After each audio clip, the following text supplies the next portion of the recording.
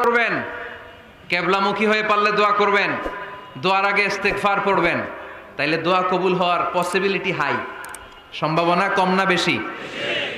সুযোগ হলে দোয়ার সময় হাত তুলে দোয়া করবেন। হাত তুলে দোয়া করা সুন্নাহ, ঠিক কিনা? সব জায়গায় না।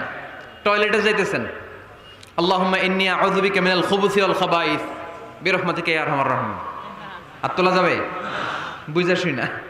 আল্লাহর হাবিব যেখানে হাত তুলছিলেন, কিছু কিছু জায়গায় আল্লাহর হাবিব হাত তুলেছেন, কিছু কিছু জায়গায় তোলেন নাই, তো তোলেন, যেখানে সুযোগ হয় তোলেন। আল্লাহর হাবিব সাল্লাল্লাহু আলাইহি সাল্লাম যখন হাত তুলতেন, হাতের তালুগুলো আকাশের দিকে করে রাখতেন এইভাবে।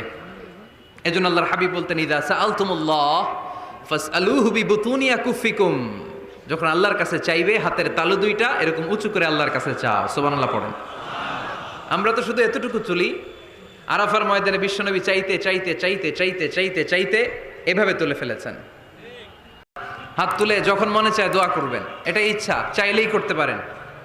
কিন্তু সালাম ফিরানোর পরে আমরা দেশে যে ট্রেডিশনটা বানিয়ে ফেলেছি, তাসবিহ বাদ দিয়ে হাত তোলা, এটা বিশ্বনবী এবং সাহাবারা করতেন না। তবে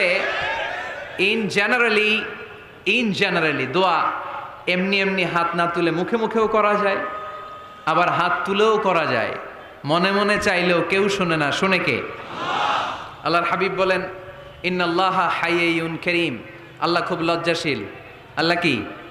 লজ্জাশীল। কেউ যখন হাত তুলে আল্লাহর কাছে কিছু চায়, ওই হাত ফিরিয়ে দিতে, ওই দোয়া ফিরিয়ে দিতে আল্লাহর লজ্জা লাগে। সুবহানাল্লাহ পড়তে পারলেন না? এজন্য হাত তুলেও দোয়া করার দরকার আছে না নেই? দোয়ার মধ্যে আল্লাহর নাম নিবেন বারবার। আল্লাহর কয়টা নাম? কয়টা? قل ادعوا الله أو ادعوا الرحمن أيما تدعوا فله الأسماء الحسنى। আল্লাহ রে আল্লাহ বলে ডাকো, কিংবা রহমান বলে ডাকো, যে নামেই ডাকো কোনো সমস্যা নাই, তোমার ডাকে সাড়া দিবে কে? আল্লাহর একটা সুন্দর নাম আছে রহমান। কি নাম? দোয়া করার সময় আল্লাহর ডাক দিবেন, ইয়া রহমান, ইয়া রহমান, ইয়া রহমান। ডাকা যাবে? তিনি তো দয়াময় রহমান, ঠিক কিনা?